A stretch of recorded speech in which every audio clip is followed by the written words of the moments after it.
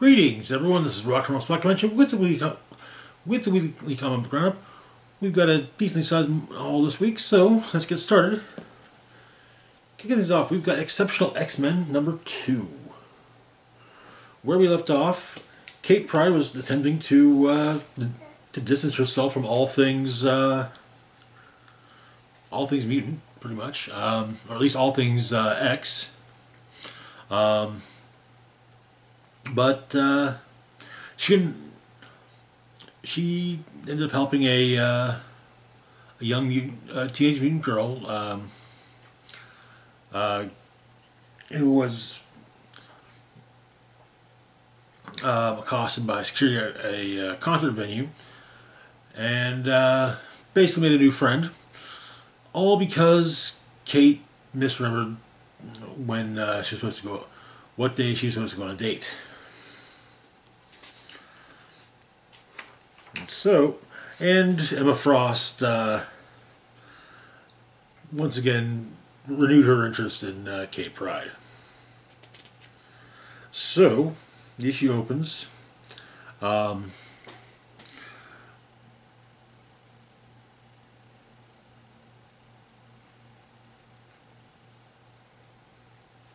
Kate is working a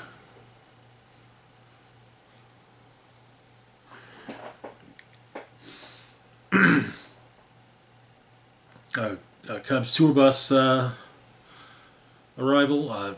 14 minutes till she gets off of her shift at the bar, and but she's got her date to look forward to. She's going.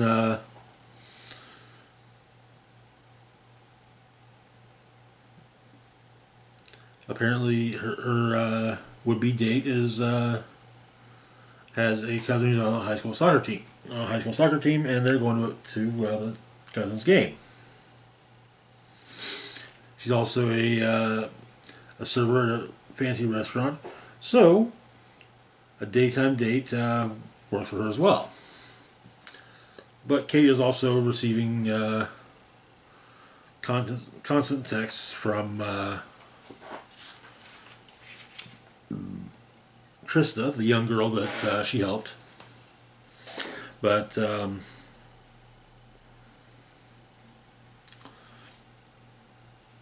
it seems that the date's going well. But Kate has to deal with the mental prodding of and investigating of Emma Frost. However, in the stands there's a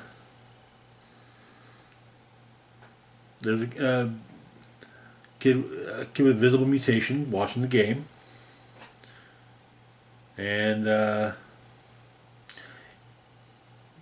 some non-mutant kids are accosting him, you know.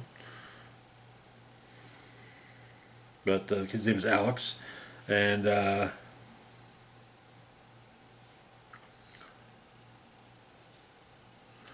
his friend Danny is on the team. She's running the bench, but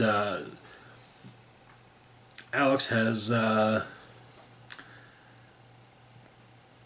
empathic abilities that he's referred to later as being a living mood ring, but I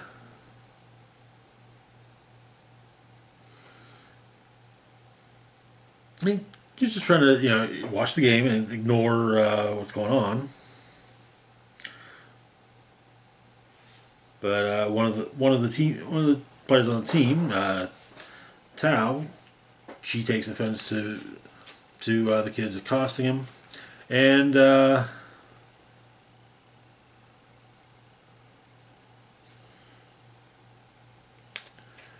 well, things escalate. Apparently, Tao is a mutant and has intangibility powers, and well, she's not exactly trained in using them effectively. But Kate shows up and phases Tao and Alex out beneath the bleachers. But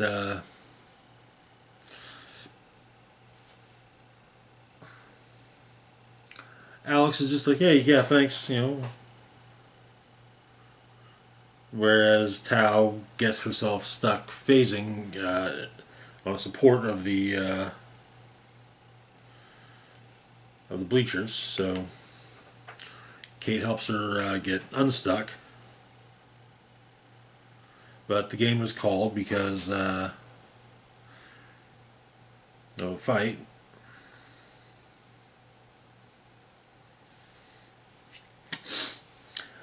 And but Tao got Kate's number via Kate's potential date, and they called a rain check.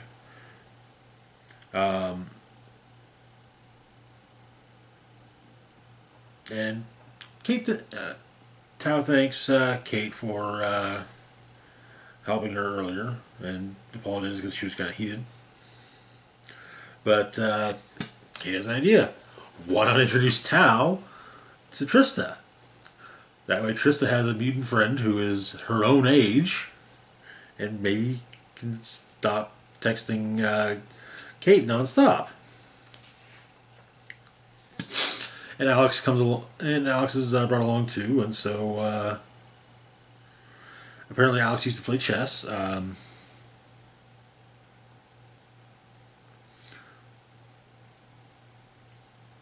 He honestly loves playing chess, but Trista, but Alex quit playing chess because his mutation manifested. And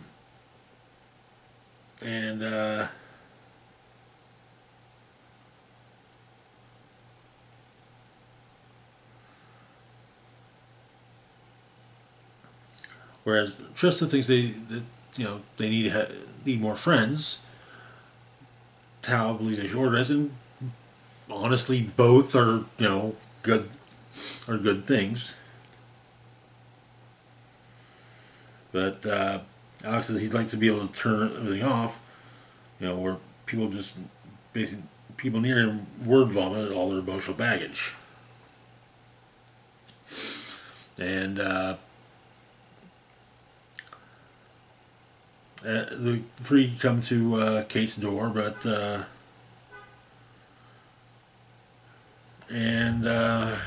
she's having some memories about her early days with the X-Men, and Emma has basically led the team away. So pretty much looks like for all Kate wanting out of the X life, she's not getting out. She's just gonna get herself back in. But yeah, good issue. Nice character development with our new characters.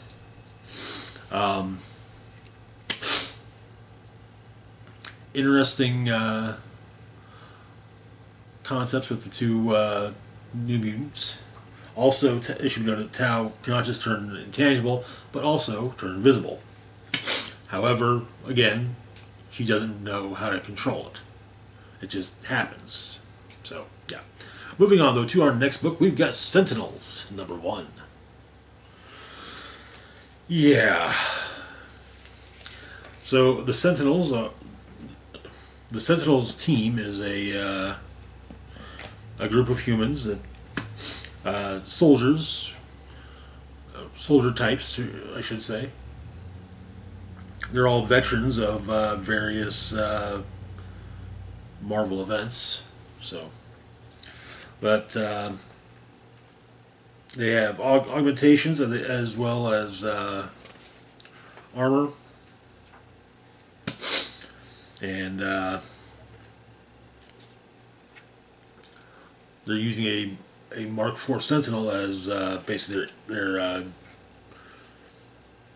to drop from. But they get dropped into Russia. They're going after Omega Red, which nice to note that the changes made to Omega Red's tendrils were remembered.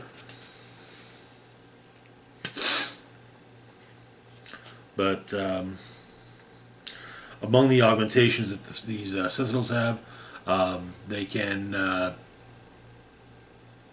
borrow from metal nearby and basically make armor under them, physical armor under themselves.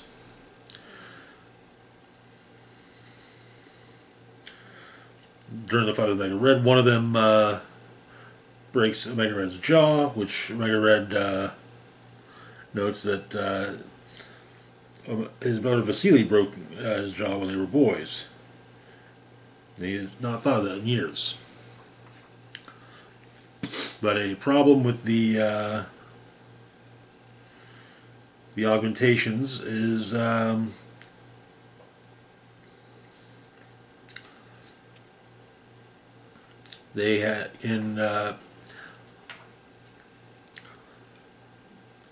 they can potentially the nanotechs can the tech can basically take over the person, and that happens to one of the Sentinel troops, and another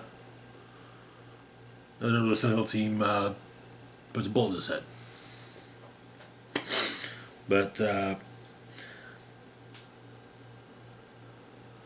Larry Trask is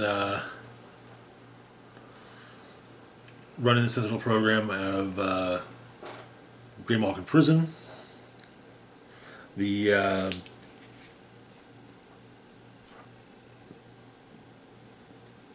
Sentinels basically are getting have to get constant medical attention. Having to do with the augmentations, but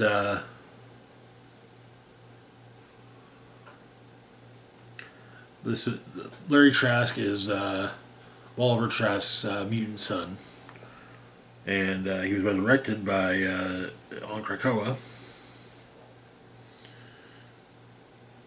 But apparently, Trask has been recruiting from VA hospitals, or at least a specific VA hospital.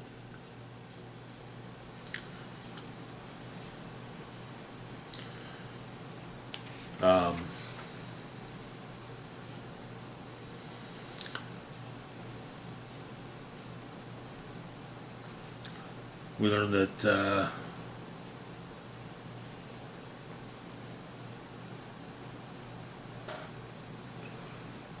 one of the Sentinels that has had a kid back in the day, and apparently that kid is presumably also the guy's wife are basically he's presumably divorced and estranged from his son. But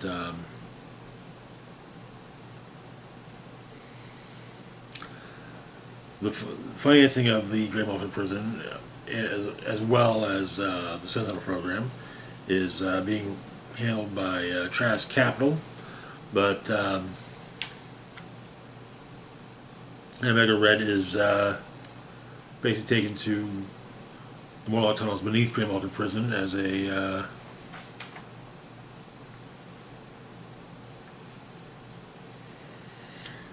basic overflow imprisonment.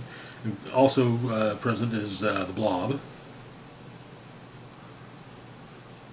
but apparently Larry Trask's mutant power was precognition.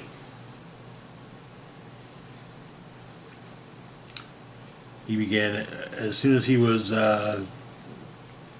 resurrected. he started having visions of mutants taking, well, mutant kind of bringing about extermination, and that's why he restarted the Sentinel program. But he also saw other things: tech stocks, oil futures, locations of vibranium and lanthanum deposits, crop failures, and he basically says, "Hey, a precog on the payroll is a nice competitive advantage," justifying his place on the Trask Capital board. But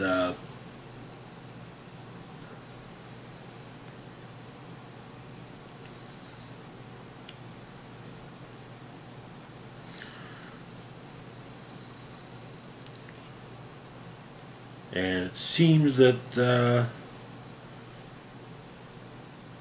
Trask is also dealing with a biotech experiment, and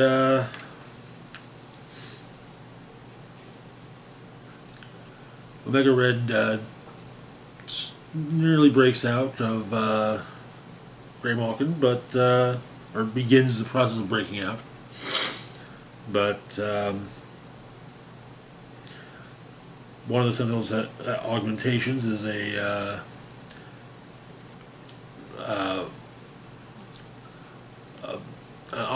energy blast fire from the mouth, and she blasts like a red with that. Though she had a bit of a flashback to her the event that caused much of her trauma, Onslaught. That is where the issue ends. Interesting.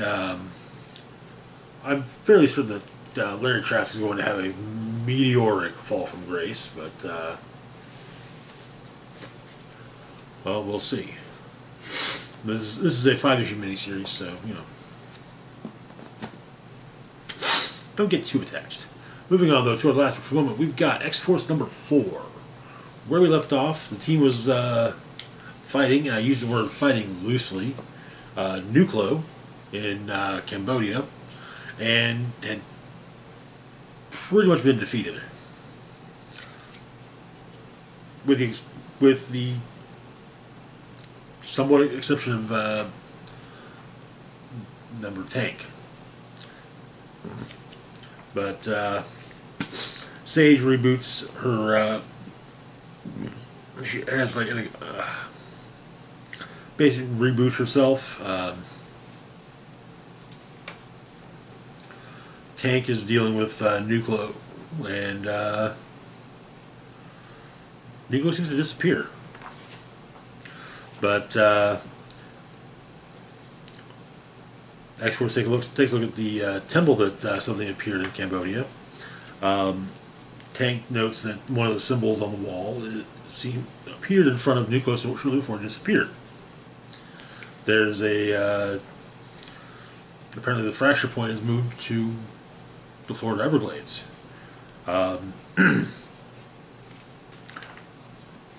Betsy takes the team on a shortcut through Otherworld, and the team show up in the Everglades, dealing with what's going on there, which is presumably exacerbated by the fact of it's a nexus point. Tank tries to take on Nucleo, but and Man-Thing joins the fight. And when Man-Thing goes giant size, Nucleo goes down for, I don't know, 2 seconds. And then Nucleo gets bigger and smashes Man-Thing. And it is stopped, however, by lightning blasts as the Avengers have arrived.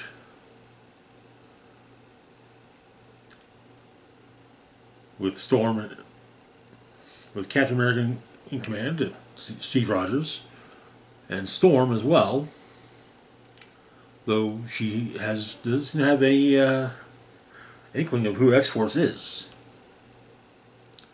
That is where the issue ends. I mean, it's clearly a multiverse, a multiversal Avengers team, or a team of Avengers from another Earth in the multiverse. But anyways, that's going to do it for now. As always, feel free to like, share, and subscribe. Links to my Facebook, Twitter, Blue Sky, Instagram, Mastodon, Patreon, and PayPal can be found in the description box down below. A big shout out to patron Red Man as a Penis. Thank you so much for your support. It is greatly appreciated. This is Rock and Roll Spock signing off saying, live long and rock hard.